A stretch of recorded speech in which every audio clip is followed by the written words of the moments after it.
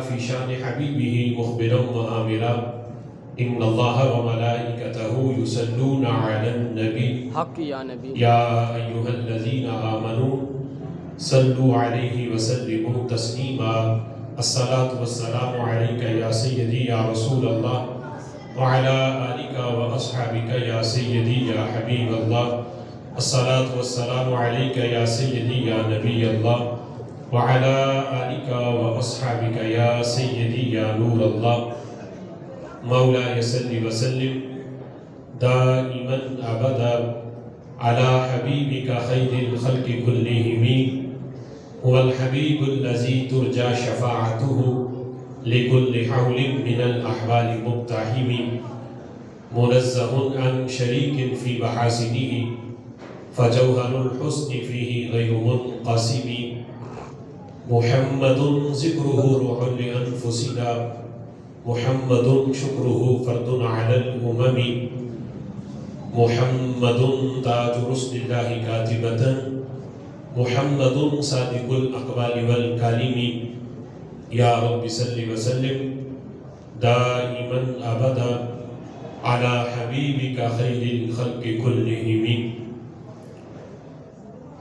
اللہ وحدہ لا شریک کی حمد و ثنا اور حضور سرور کائنات مفخر موجودات زینت بزم کائنات باعث تخلیق کائنات دستگیر جہاں غم غسال زمان حامی بے کساں سید سروران قائد المرسلین خاتم النبیین احمد مجتبی جناب محمد مصطفیٰ صلی اللہ تعالی علیہ وبارک وسلم کے دربار ناز میں ہدیہ درود و سلام عرض کرنے کے بعد نہایت ہی معزز محتشم حضرات و سامعین رب ذوالجلال کے فضل اور توفیق سے جمعۃ المبارک کے اس بابرکت اجتماع میں ہم سب کو شرکت کی سعادت حاصل ہو رہی ہے۔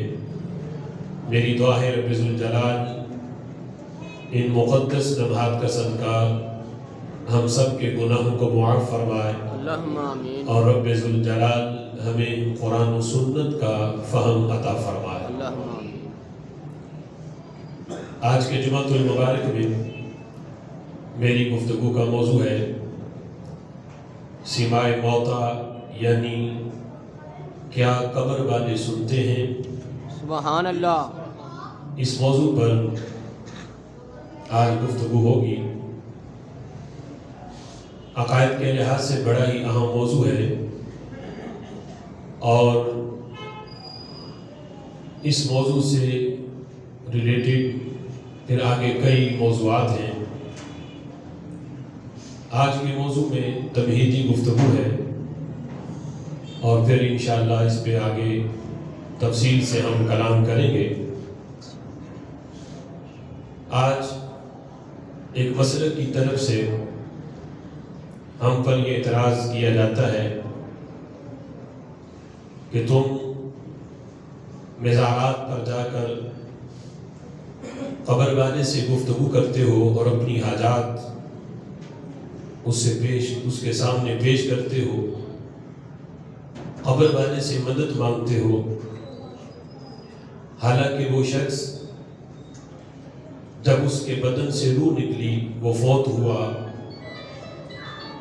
تو وہ اس قدر یعنی بالکل مردہ ہو چکا تھا کہ اپنے کپڑے بھی وہ خود نہ اتار سکا۔ کپڑے اس کے تم نے خود اتارے، اسے غسل دیا، پھر کفن پہنا کر اپنے ہاتھوں سے اسے زمین میں دفن کیا اور دفن کر کے اوپر مٹی ڈالی۔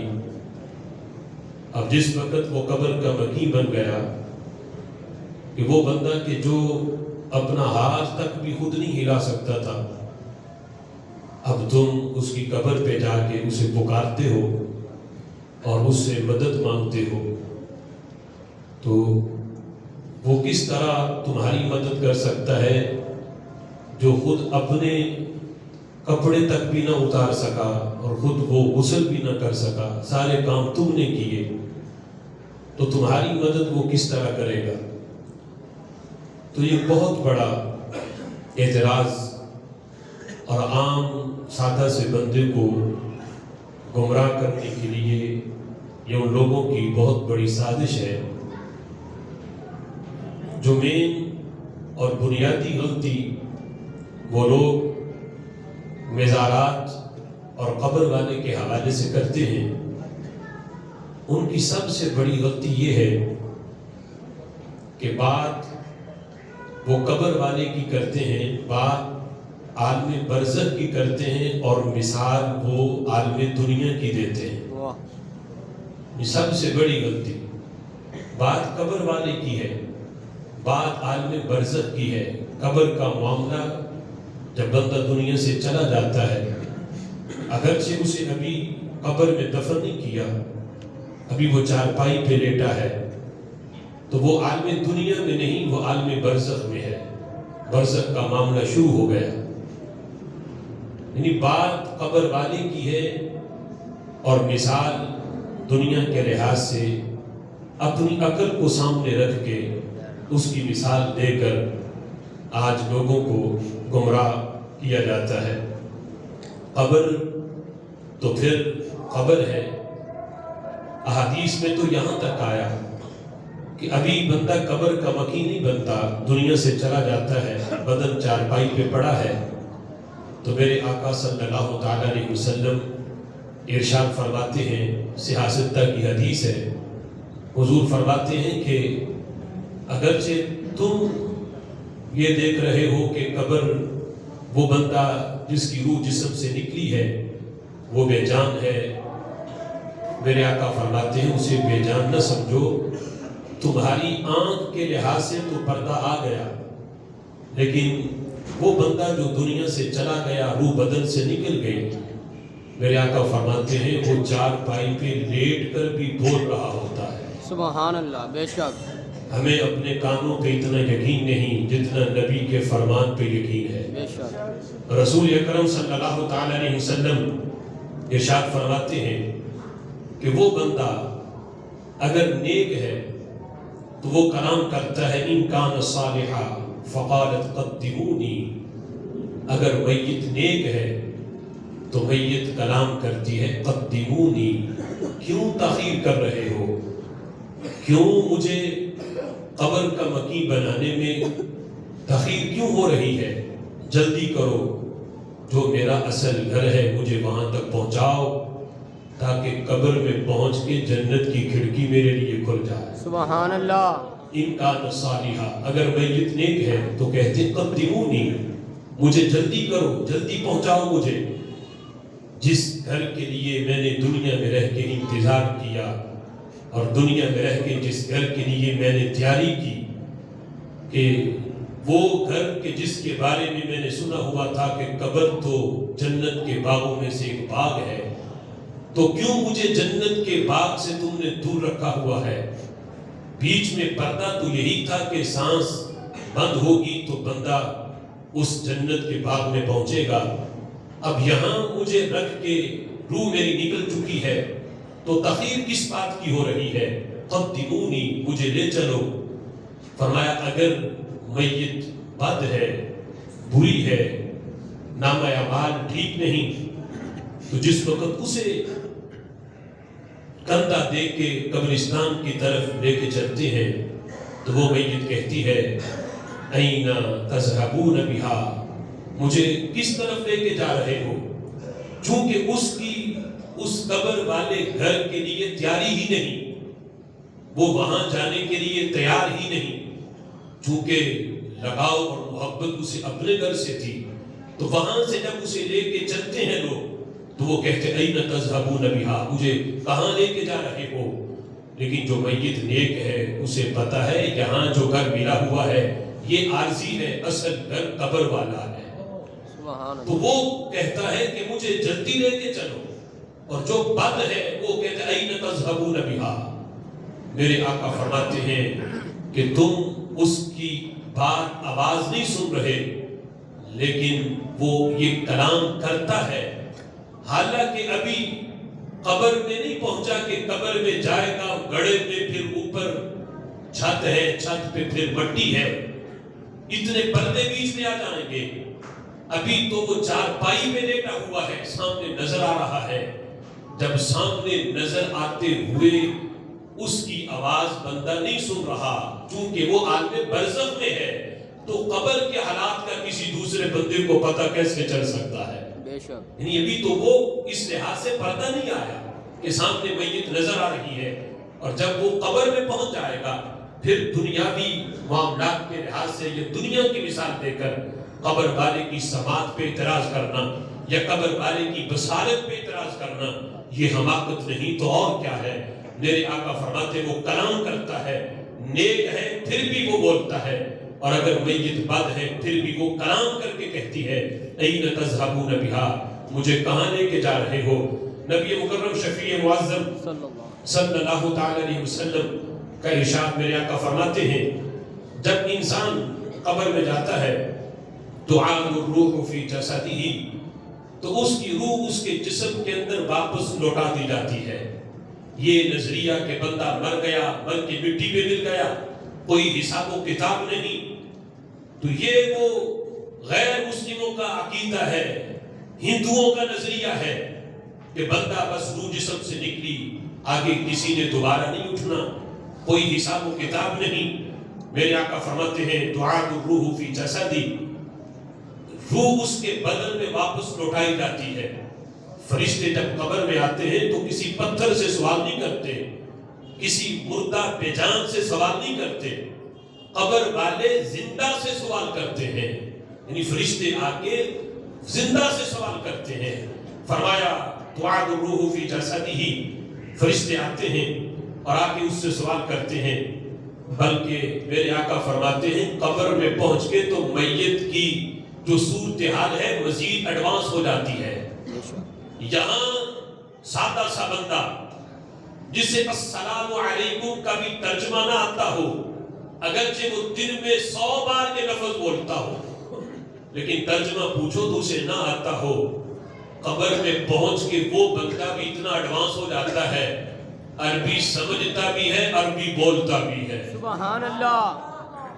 حالانکہ اس نے کبھی دنیا میں رہ کے عربی پڑھی نہیں, سیکھی نہیں, لیکن قبر میں پہنچا, پہلے آگے کسی نے پڑھایا نہیں کہ ابھی فرشتے آئیں گے تجھ سے آ کے من ربو کا یہ عربی میں بات کریں گے, اس کا ترجمہ یہ ہے, تم نے آگے جواب یہ دینا ہے.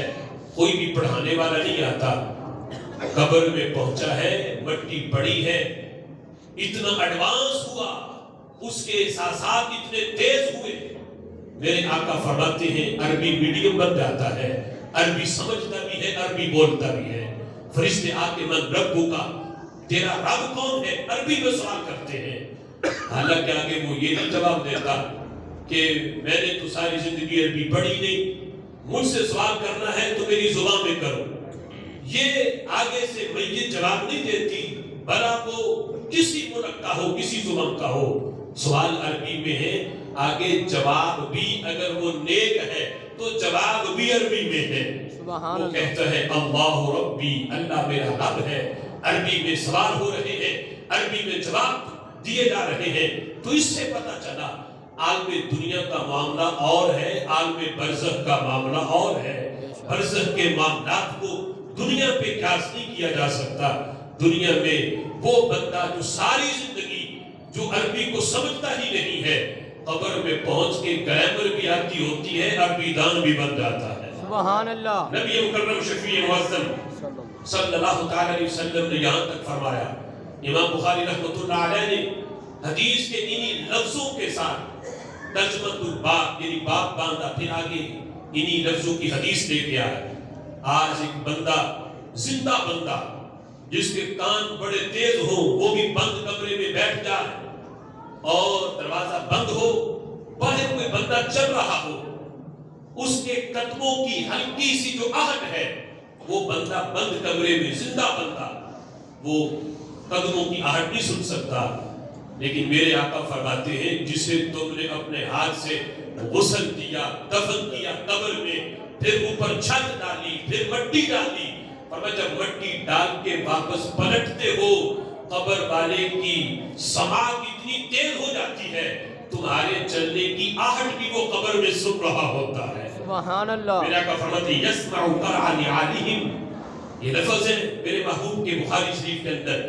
فرمایا وہ قبر والا تمہارے قدموں کی آہٹ بھی سنتا ہے. اتنی ہلکی سی آواز بھی قبر والے تک پہنچتی ہے، اس لیے کہ تم چل رہے وہ عالم دنیا میں، وہ عالم برزخ میں ہے. برزخ کا کہ تم اس کو اس بات پہ قیاس نہیں کر سکتے کہ یہ کیسے ہو گیا کہ بیچ میں اتنا بڑا اور موٹی دیواریں ہیں، پھر اوپر سلیبیں ہیں، اور پھر منو مٹی کا اتنا موٹا جو ہے وہ ڈھیر ہے. اس کے باوجود آواز کہاں پہنچ گئی؟ یعنی یہ سائنسی لحاظ سے بھی ہم جب بولتے ہیں تو دوسرے بندے کے کان تک جو آواز پہنچتی ہے یہ ہوا کے ذریعے ہے. ہوا ایک بندے کی آواز کو دوسرے بندے کی سماعت تک منتقل کرتی ہے. اگر ہوا بند ہو جا تو بندے کے ہونٹ ہلتے تو نظر آئیں گے لیکن آواز سنائی نہیں دے گی. یہ آواز ہے کہ جو ہوا ہے جو ایک بندے کی آواز کو دور تک لے جاتی ہے. ہوا بند ہو آواز سنائی نہیں دے گی. اس کو یوں سمجھو کہ سکرین پہ ٹی وی چل رہا ہو، آواز بند کر دی جائے، ہونٹ ہلتے نظر آئیں گے لیکن آواز سنائی نہیں دے گی. تو لہٰذا قبر کا معاملہ کہ ہوا بند ہے، اسے اس پہ قیاس کرنا اور سائنسی لحاظ سے اس کا انکار کرنا یہ حماقت ہے. اس لیے کہ یہ مثال دنیا کی ہے اور قبر والا عالم برزخ میں ہے. خالق کائنات جل جلالہ نے اس کے احساسات اور اس کی جو توانائی ہے، اس کی جو قوت ہے، رب ذوالجلال نے اس کو بڑھا دیا یہاں تک کہ اس مومن تو مومن رہے. میرے محبوب علیہ الصلوۃ والسلام جنگ بدر میں جب کافروں کو بڑے بڑے سردار ان کے مر گئے، ان کو کھینچ کے جب کنویں میں پھینکا گیا تو میرے محبوب علیہ الصلوۃ والسلام ان کے پاس کھڑے ہو کے کلام کر رہے تھے. تو حضرت فاروق اعظم رضی اللہ تعالیٰ عنہ نے پوچھا محبوب یہ تو مر چکے، کیا یہ سنتے ہیں؟ تو میرے محبوب نے فرمایا تھا کہ تم ان سے زیادہ نہیں سنتے، یہ سنتے ہیں لیکن جواب نہیں دیتے. یعنی میرے محبوب کا کلام ان کو شرمندہ کر رہے تھے کہ تم بڑی اپنی طاقت پہ مان کرتے تھے کہ ہم یوں کر دیں گے، ہم یوں کر دیں گے. اب دیکھو کس طرح اوندے منہ ہم نے تمہیں گھسیٹ کے اس گھڑے میں پھینک دیا ہے. میرے محبوب کا یہ کلام، حضرت عمر کا یہ سوال، اور میرے محبوب نے فرمایا کہ عمر تم ان سے زیادہ نہیں سنتے، کہ یہ سنتے تو ہیں، تم سن کے جواب دیتے ہو. یہ سن رہے ہوتے ہیں لیکن سن کے یہ جواب نہیں دے سکتے. لیکن رب ذوالجلال جسے جواب دینے کی توفیق دے وہ جواب بھی دے دیتا ہے. میرے آقا علیہ الصلوۃ والسلام نے مزید اس سلسلہ کے اندر فرمایا کہ قبر والا، اب دیکھو کہ یہ بات واضح رہے جواب دیتے ہوئے اور آج کی اس تمہیدی گفتگو کو سنتے ہوئے کہ بات قبر والے کی کر کے مثال آگے عالم دنیا کی دینا، یہ معاملہ درست نہیں کہ عالم برزخ میں مثال بھی عالم برزخ کی چلے گی، اور اگر دنیا کی بات ہے تو وہاں مثال بھی دنیا کی ہوگی. دیکھو میرے آقا علیہ الصلوۃ والسلام کا یہ فرمان، فرمایا جس وقت بندہ قبر کے امتحان سے پاس ہوتا ہے تو کیا ہوتا ہے؟ رب ذوالجلال کی طرف سے حکم ہوتا ہے قبر کو کہ قبر اس کی حد نگاہ تک وسیع کر دی جاتی ہے. حد نگاہ جہاں تک نظر جاتی ہے قبر اس کی کھل جاتی ہے. وہ دائیں دیکھتا ہے، دائیں سے بھی قبر حد نگاہ تک وسیع، بائیں سے بھی حد نگاہ تک وسیع، آگے سے بھی پیچھے سے بھی، چاروں طرف سے حد نگاہ تک وسیع. اور آج اگر کوئی بندہ اس کو اپنی عقل سے دیکھے اس معاملے کو تو عقل تو انکار کرے گی. عقل کہے گی کہ قبرستان میں تو ویسے بھیڑ بڑی ہے کہ قبر کے ساتھ قبر جڑی ہوئی ہے، ایک مرلے میں 10 قبریں ہیں، تو یہ ممکن کیسے ہے کہ ادھر قبر بنی، ساتھ والا بھی اگر بندہ مومن ہے اس کی بھی حد نگاہ وسیع، اس کے ساتھ پھر قبر، اس کی بھی حد نگاہ وسیع. اگر اس کو دنیا کے لحاظ سے بندہ دیکھے تو پھر تو بندہ انکار کرے گا کہ یہ حد نگاہ تک وسیع ہونے کے لیے ضروری ہے کہ جہاں تک ایک بندے کی قبر حد نگاہ تک کھلی ہے اتنے ایکڑ تک دوسرے بندے کی قبر نہ ہو اور آگے جا کے قبر بنائی جائے تاکہ بیچ میں اس کی قبر دیوار نہ بن جائے. تو دنیا کے لحاظ سے اگر اس معاملے کو دیکھو گے تو عقل انکار کرے گی. یہی تو مستشرقین کا نظریہ تھا جب انہوں نے نبی پاک علیہ الصلوۃ والسلام کا یہ فرمان پڑھ کے اعتراض کیا کہ تمہارے نبی تو یوں کہتے ہیں کہ ایک بندے کی قبر جب امتحان سے پاس ہوتا ہے حد نگاہ تک وسیع ہو جاتی ہے. تو یہ ممکن کیسے ہے؟ جب دو بندے نیک اکٹھی قبریں بنے تو ان دونوں کی یعنی ایک دوسرے کی طرف سے حد نگاہ تک وسیع ہونے کا معاملہ کس طرح درست ہوگا؟ تو وہاں جواب یہی ہے کہ مستشرقین بات عالم برزخ کی کر کے مثال دنیا کی دیتے ہیں. اس لیے وہاں جواب دیا جائے گا کہ یہ ہماری نگاہ سے پردہ ہے. میرے محبوب نے فرما دیا حد نگاہ تک وسیع ہوئی ہے، یہ وسیع کرنے والا جانتا ہے یا جس کی وسیع ہو رہی ہے وہ جانتا ہے کہ یہ معاملہ کیسا ہے. سبحان اللہ. فرمایا میرے محبوب علیہ الصلوۃ والسلام نے. اور آج یہی دلیل جو مستشرقین کی تھی یہی آج نام نہاد نجدیوں کی ہے جو کہتے ہیں نام نہاد اہل حدیث، جنہوں نے اپنا نام اہل حدیث رکھا ہوا ہے. یہی مثال ان کی بھی ہے، وہ بھی یہی مثال دیتے ہیں. آج تم کہتے ہو داتا، کسی کو تم غوث کہتے ہو، کسی کو تم کچھ کہتے ہو، حالانکہ جب وہ دنیا سے گئے اپنے ہاتھوں سے تم نے ان کے کپڑے اتارے، غسل دیا، اپنے ہاتھوں سے دفن کیا، جب قبر میں پہنچے پھر مدد مانگنی شروع کر دی. تو یہ معاملہ کیسے ہے؟ کس طرح وہ مدد کر سکتے ہیں؟ تو یہاں جواب یہی ہے کہ میرے محبوب علیہ الصلوۃ والسلام فرماتے ہیں یہ پردہ صرف تمہاری آنکھ کے لحاظ سے ہے، ورنہ قبر میں پہنچنے کا معاملہ کو بعد کا ہے. تمہارے سامنے پڑا ہے، پھر بھی بول بھی رہا ہے، سن بھی رہا ہے. سبحان اللہ. لیکن پردہ صرف انسانی آنکھ کے لحاظ سے بیچ میں پردہ آ جاتا ہے. میرے محبوب علیہ الصلوۃ والسلام نے جو پہلی حدیث میں نے پڑھی اس میں حضور فرماتے ہیں کہ وہ بندہ بول کے کہتا ہے قدمونی، مجھے جلدی لے چلو، اور اگر میت بری ہے تو وہ کہتا ہے این تذهبون بها. میرے آقا فرماتے ہیں بولتا ضرور ہے، یسمع صوتها كل شيء الا الانسان. فرمایا یہ سن لو اس کی آواز کائنات کی ہر چیز سنتی ہے، الا الانسان، سوائے انسان کے. انسان کے لحاظ سے اللہ نے پردہ رکھ دیا کہ اس میت کی آواز انسان کے کان تک نہ آئے. گھر میں اگر کوئی جانور ہے، میرے آقا فرماتے ہیں وہ جانور اس کی آواز سن رہا ہوتا ہے. گھر میں در و دیوار اس کی آواز سن رہے ہوتے ہیں. گھر میں اگر کوئی درخت ہے، چرند پرند ہے، وہ اس کی آواز سن رہے ہوتے ہیں. ان کو آواز سن کے اس میت کی تو گھبراہٹ اس لیے نہیں ہوتی کہ ان کی نسل کا کوئی مرا نہیں ہوتا. انسان کے لحاظ سے پردہ اس لیے رکھا ہے. میرے آقا فرماتے ہیں اگر انسان اس میت کی آواز سن لے لصعقا، وہ بے ہوش ہو جائے، وہ اس آواز کو برداشت نہ کر سکے، وہ بے ہوش ہو جائے. اس لیے میرے آقا فرماتے ہیں کہ انسان کے کانوں کے لحاظ سے یہ پردہ رکھ دیا. میت تو بول رہی ہے، ایک تو مزید میت کی جدائی کا غم ہے، اور اگر وہ بولے تو پھر کتنا بڑا یہ صورتحال گھبراہٹ والی اور پریشانی والی بن جائے. اگر وہ میت بری ہے، وہ چیخو پکار کر رہی ہے کہ کہاں مجھے لے کے جا رہے ہو، تو یہ آگے کے معاملات کفن دفن کے یہ گھر والے پھر کس طرح برداشت کریں گے اور کس طرح یہ معاملات کر سکیں گے. اس لیے میرے محبوب فرماتے ہیں انسان کے لحاظ سے تو پردہ رکھ دیا، بقیہ کائنات کی ہر چیز اس کی آواز کو سن رہی ہوتی ہے. سبحان اللہ. نبی مکرم شفیع معظم صلی اللہ تعالی علیہ وسلم کا یہ فرمان بخاری کتاب الجنائز میں یہ حدیث موجود ہے. میرے آقا فرماتے ہیں جب فرشتے قبر میں آتے ہیں یأتیہ ملکان یجلسانہ، فرشتے جب قبر میں پہنچتے ہیں آ کے میت کو بٹھاتے ہیں. اب دیکھو یہاں پر بھی مستشرقین نے اعتراض کیا کہ تمہارے نبی کا فرمان کہ فرشتے آتے ہیں اور آ کے میت کو بٹھاتے ہیں، کہتے یہ فرمان مشاہدہ اس کے خلاف ہے کہ کئی قبریں ہم نے دیکھی کہ جن کو دفن کرنے کے 5-6 دن کے بعد بھی کھولا گیا.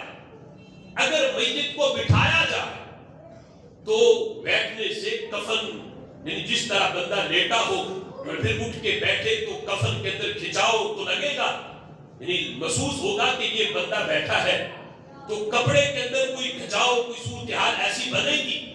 مستشرقین کہتے ہیں کہ جب دیکھا گیا کپڑا بالکل جس طرح وہ لیٹا تھا ویسے ہی لیٹا رہا، کپڑے میں نہ کوئی کھچاؤ آیا نہ یوں لگا کہ اس کو بٹھایا گیا ہے۔ پھر اگر میت کی قبر کی چھت اونچی نہ ہو، بالکل چھت کو نیچے کر کے ڈالا جائے کہ جس میں بیٹھنے کی جگہ ہی نہ ہو، تو وہاں پھر میت کو کیسے بٹھایا جائے گا؟ کہتے تمہارے نبی کا یہ فرمان اس وجہ سے درست نہیں کہ مشاہدہ اس کے خلاف ہے معاذ اللہ۔ حالانکہ یہاں جس وقت بخاری شریف کی حدیث پہ مستشرقین کا یہ اعتراض کر کے نجدیوں کا امام ہے محمد بن صالح، اس نے اس کا جواب دیا، اور جواب دینے کے لیے بھی فکر امام احمد رضا کی دی۔ سبحان اللہ۔ اگر ان کی فکر ہو کہ بندہ مر گیا مٹی میں مل گیا تو پھر وہ تو جواب ہی نہیں دے سکتے۔ جب مستشرقین انگریز جب رسول اللہ کی اس فرمان پہ حملہ کر رہے تھے تو نجدیوں کے امام نے بھی جواب دیا، تو قلم ادھار مانگا امام احمد رضا سے۔ بے شک۔ جواب کیا دیا؟ اس نے کہا کہ مستشرقین تم بات کر رہے ہو عالم برزخ کی، مثال دے رہے ہو تم دنیا کی، ہمیں بیٹھنے کے لیے چھت اونچی چاہیے کہ کہیں سر نہ لگ جائے۔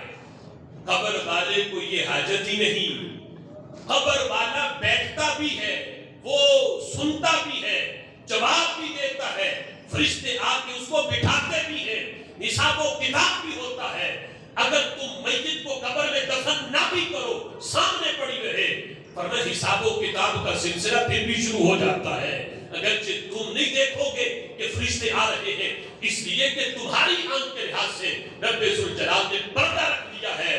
بقیہ کائنات کی ہر چیز مشاہدہ بھی کر رہی ہوتی ہے، اس کی آواز کو سن بھی رہی ہوتی ہے۔ بے شک۔ صحیح مسلم شریف کے اندر یہ حدیث ہے کتاب الایمان میں، سند میں کوئی اعتراض نہیں، سیاستہ بخاری شریف کے بعد جس کتاب کا درجہ ہے صحیح مسلم، اس کے اندر یہ حدیث موجود ہے۔ نبی پاک علیہ الصلوۃ والسلام کے ایک صحابی ہیں حضرت عمر بن عاص رضی اللہ تعالی عنہ، سوائے موتا مردہ کے سننے کے لحاظ سے کہ مردہ قبر میں ہے، اگرچہ بیچ میں پردے موجود ہیں، لیکن ہمارا نظریہ اور عقیدہ یہ ہے قبر والا سنتا بھی ہے اور اللہ کی دی ہوئی توفیق سے جواب بھی دیتا ہے۔ بے شک۔ سبحان اللہ۔ حضرت عمر بن عاص رضی اللہ تعالی عنہ جس وقت وصال کا وقت قریب آیا، یہ جلیل القدر صحابی جن کی وجہ سے مصر میں اسلام پھیلا، حضرت عمر بن عاص رضی اللہ تعالی عنہ جب وصال کا وقت قریب آیا، وصیت کی، اپنے ساتھیوں کو بلا لیا اور فرمانے لگے اذا دفنتمونی، جب میرا وصال ہو جائے، میں دنیا سے چلا جاؤں، جب تم مجھے دفن کر دو، میری قبر بن جائے۔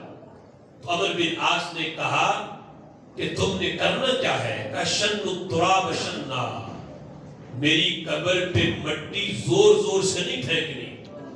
دو وصیتیں، شن کا مطلب دو ہے، ایک مٹی باریک ڈالنی ہے، دوسرا مطلب یہ ہے کہ مٹی زور سے نہیں پھینکنی، ڈھیلے نہیں پھینکنے، باریک مٹی ڈالنی ہے قبر پہ اور زور سے پھینکنی بھی نہیں۔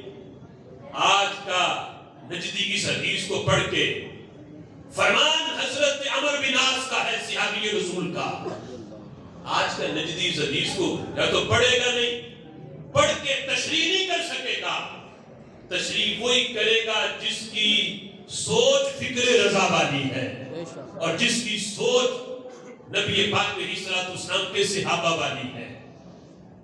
ویسے وہ تو انکار کر دیں گے کہ عمر بن عاص تمہیں تو اتنا بھی پتہ نہیں کہ جب بندہ دنیا سے چلا جاتا ہے، روح جسم سے نکل جاتی ہے، پھر کوئی مٹی کا ڈیلا پھینکے، جتنی زور سے پھینکے، قبر والے کو کیا پتا کہ اوپر کیا ہو رہا ہے، پھر اوپر سلیبیں رکھ دی جائیں گی۔ اے عمر بن عاص تمہیں کیا پتا چلے گا کہ مٹی زور سے پھینکی جا رہی ہے یا آہستہ پھینکی جا رہی ہے، تمہاری تو روح بدن سے نکلی ہوگی۔ وہ لوگ یہاں یہ بات کریں گے، عمر بن عاص کہتے ہیں مٹی باریک ڈالنا، کہیں زور سے ڈالنے سے مجھے تکلیف نہ ہو۔ اور عمر بن عاص نے یہ بات اپنی طرف سے نہیں کی، رسول اللہ کا پیچھے فرمان ہے، میرے محبوب نے جب دیکھا ایک بندہ وہ قبر کے اوپر کوہنی رکھ کے بیٹھا ہوا ہے ٹیک لگا کے، میرے محبوب نے جھڑکی دی. آپ آج کا کوئی بندہ کہ وہ کے اوپر بھی بیٹھ جاؤ، قبر مٹی کے اوپر بیٹھے ہو، قبر والا تو نیچے ہے.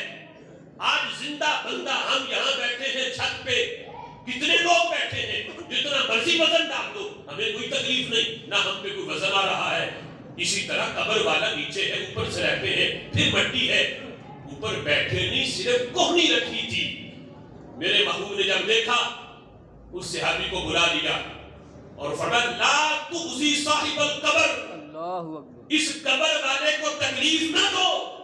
تمہاری کوہنی رکھنے سے بھی قبر والے کو تکلیف ہوتی ہے کہ تم نے کوہنی رکھی ہے، اس سے بھی اس کو تکلیف ہو رہی ہے، اور کل رب کے دربار میں یہ تمہاری شکایت کرے گا کہ اس نے کوہنی رکھ کے مجھے تکلیف دی تھی. اب کہاں حضور کا یہ فرمان کوئی کہے کہ کس طرح تکلیف ہوتی ہے، اسے چاہیے عقل اپنے پاس رکھے. بات عالم برزخ کی ہے، اور یہاں اگرچہ بندہ نیچے لیٹا ہے، اوپر کوئی پردہ آ جائے تو کوہنی رکھنے سے تکلیف زندہ بندے کو نہیں ہوگی، لیکن یہ میت کی احساسیت ہے کہ قبر میں پہنچ کے اللہ اس کے احساس کو مزید بڑھا دیتا ہے. تمہاری کوہنی رکھنے سے بھی اس کو تکلیف ہوتی ہے. انہی فرمان کی روشنی میں عمرو بن عاص کہہ رہے تھے، اور اصول حدیث کا یہ قانون ہے کہ صحابی جب کوئی ایسی بات کرے کہ جو عقل میں آنے والی نہ ہو تو یہ قانون ہوتا ہے کہ صحابی اپنی طرف سے نہیں کر رہا، نبی سے سن کے کر رہا ہے. سبحان اللہ. تو یہ بھی عقل میں آنے والی بات نہیں تھی. عقل تو کہہ رہی تھی جب بندہ دنیا سے چلا گیا تو پھر تکلیف کیسی، لیکن عمرو بن عاص کہہ رہے تھے چونکہ میں نے سنا ہوا ہے جب کوہنی رکھنے سے تکلیف ہوتی ہے تو تم مٹی جب زور سے پھینکو گے اس سے بھی مجھے تکلیف ہوگی. اور پھر اگلی بات بھی کی، فرمانے لگے جب قبر بن جائے تو فوراً چلے نہ جانا، ثم اقیموا حول قبری، پھر میری قبر کے ارد گرد گول دائرہ بنا کے کھڑے ہو جانا، قبر کے ارد گرد کھڑے ہو جانا. نجدی سوچ کہے گی کہ باہر والوں کو کھڑے ہونے کا قبر والے کو کیا فائدہ کہ وہ تو مر کے مٹی میں مل گیا، وہ تو دیکھ نہیں رہا، وہ تو سن نہیں رہا، پھر کیوں کھڑا کیا جا رہا ہے. عمرو بن عاص نے دنیا سے جاتے ہوئے یہ وصیت لازمی سمجھی اور یہ وصیت کی اپنے ساتھیوں کو کہ میری قبر کے گرد تم نے کھڑے ہونا ہے. پوچھا گیا ہوگا کیا؟ عمرو بن عاص کہتے ہیں کتنی دیر ٹھہرنا ہے، وقت بھی بتایا، چونکہ اس وقت یہ گھڑیاں تو نہیں تھی کہ 1 گھنٹہ 2 گھنٹے بتاتے. فرمایا اتنی دیر ٹھہرنا جتنی دیر اونٹ کو پکڑ کے ذبح کر کے گوشت بنا کے تقسیم کرنے میں جتنی دیر لگتی ہے اتنی دیر میری قبر پہ ٹھہرے رہنا. سبحان اللہ. واہ. اس سے ہوگا کیا؟ عمرو بن عاص کہتے ہیں حتی استأنس بکم، چونکہ گھر نیا ہے، میں آیا ہوں عالم دنیا سے عالم برزخ میں، گھر نیا ہے، تم میری قبر کے پاس کھڑے ہو کے ذکر کرو گے، قرآن پڑھو گے، کوئی ذکر اذکار ہوگا. حتی استأنس بکم، تمہارے وہاں ٹھہرے رہنے سے ذکر کرنے سے نئے گھر میں میرا دل لگ جائے گا.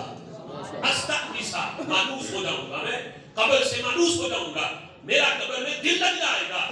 اگلی بات کہتے ہیں ماذا واعلم ماذا اراجع رسل ربی، اور تم وہاں پہ پڑھ رہے ہوگے، قرآن پڑھو گے، ذکر کرو گے تو مجھے پتا چل جائے گا کہ آنے والوں کو میں نے جواب کیا دینا ہے. سبحان اللہ.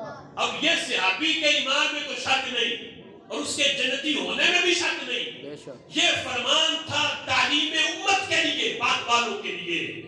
صحابی تو کنفرم جنتی ہے، لیکن وصیت کر کے بتا رہے تھے کہ میں تمہیں وصیت کر رہا ہوں، تم نے آگے کرنی ہے تاکہ قیامت تک رسول اللہ کی جو امت ہے ان تک یہ معاملہ پہنچے کہ قبر والے کو بت نہ سمجھنا، یہ نہ سمجھنا اسے پتا کچھ نہیں. فرمایا اگرچہ دفن کر دیا ہے، اس کی قبر پہ کھڑے ہو کے سوال و جواب ہونے سے پہلے تم وہاں کھڑے رہو گے، اور اس وقت جب تم نے دفن کر دیا ہے وہاں فرشتے آئے ہوئے ہیں، باہر کھڑے ہو کے تم قرآن پڑھو گے، ذکر کرو گے، تمہارا ذکر سن کے فرشتوں کو جواب دینے میں آسانی ہو جائے گی. جو فرشتے سوالات کر رہے ہیں میت سنے گا, جواب دینے میں آسانی ہوگی. عمر بن عاص کہتے ہیں وَأَعْلَمَ مَاذَا أُرَاجِعُ رُسُلَ رَبِّي, مجھے پتہ چل جائے گا, میں جان لوں گا کہ میں نے فرشتوں کو جواب کیا دینا ہے. اب اس سے پتہ چلا اگر قبر بت ہوتی, قبر والا پتھر ہوتا, تو حضرت عمر بن عاص کی یہ وصیت کس کھاتے میں ہے؟ حدیث کی سند پہ کسی قسم کی کوئی خرابی نہیں, کوئی کمی نہیں. صحیح مسلم شریف کتاب الایمان کے اندر یہ حدیث موجود ہے. پڑھو اور اس حدیث کو یاد کر کے پوچھو انہیں کہ جو کہے کہ غوث کے مزار پہ تم جاتے ہو وہ سنتے نہیں, داتا کے مزار پہ تم جاتے ہو وہ سنتے نہیں. یہاں تو عام مومن کی بھی بات ہو رہی ہے, وہ بھی سنتا ہے, قدموں کی آہٹ بھی سنتا ہے. اور جن کو اللہ نے پوری امت کا غوث بنایا ہے, جو داتا ہیں, اولیاء کے سردار ہیں, ان کی سماعت کا عالم پھر کیا ہوگا. سبحان اللہ. نبی مکرم شفیع معظم صلی اللہ تعالی علیہ وسلم کا فرمان, آخری حدیث بیان کرتا ہوں چونکہ وقت مختصر ہے. میرے محبوب علیہ الصلوۃ والسلام نے تو یہاں تک کہ قبر والے سے رابطہ کرنے کا طریقہ بھی بتایا ہے. فرمایا یہ نہ سمجھو کہ جس کو تم نے دفن کر دیا اب اس سے رابطہ نہیں ہو سکتا. فرمایا جو میں تمہیں دین دیا ہے وہ شریعت نجد سے چلی ہے, جو کہتے ہیں بندہ مر گیا دفن کر دیا اب ہر رشتہ ناتا ختم. فرمایا میں جو تمہیں شریعت دے کے جا رہا ہوں, قبر والے سے رابطہ کرنا ہو تو میں تمہیں طریقہ بھی بتا دیتا ہوں. سبحان اللہ. رابطہ کرنا کیسے ہے؟ میرے محبوب علیہ الصلوۃ والسلام کا یہ فرمان کتاب روح کے اندر. اور مزے کی بات یہ ہے کہ اس حدیث کی سند پہ نجدیوں کا جو امام ہے ابن قیم, اس نے اس حدیث کے بارے میں لکھا.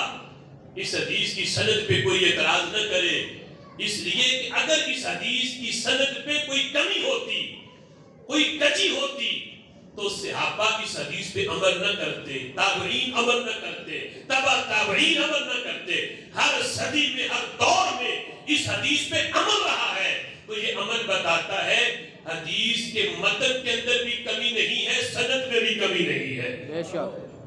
اگرچہ آج چون جہالت کی وجہ سے اور لا علمی کی بنا پر اس حدیث پہ عمل آج نہیں ہو رہا, لیکن شروع سے ابن قیم کہتا ہے کہ اس حدیث پہ عمل رہا, صحابہ کا عمل رہا. اور اگر میں یہ سنتی نہ ہوتی تو کبھی بھی صحابہ اس پہ عمل نہ کرتے. طریقہ کیا ہے؟ میرے محبوب علیہ الصلوۃ والسلام کا فرمان, حضور فرماتے ہیں اذا مات احدکم, جب تم میں سے کوئی بندہ فوت ہو جائے, دنیا سے چلا جائے, فرمایا فلیکم احدکم علی رأس قبرہ, تو کوئی دوسرا بندہ اسے دفن کر دیا جائے. جو بندہ دنیا سے گیا ہے, جنازہ پڑھا کے اسے دفن کر دیا, قبر بن گئی. میرے آقا فرماتے ہیں پھر تم میں سے کوئی بندہ جو زندہ ہے, ان میں سے کوئی بندہ اس قبر والے کے سرانے کھڑا ہو جائے, یعنی قبر کے باہر کھڑا ہو جائے, اس کے سر کی طرف یا قبر کے پاس کسی جگہ پر بھی کھڑا ہو جائے. کھڑا ہو کے کرے کیا؟ میرے آقا فرماتے ہیں قبر والے کا نام لے, اس کا نام لے کے اسے بلائے.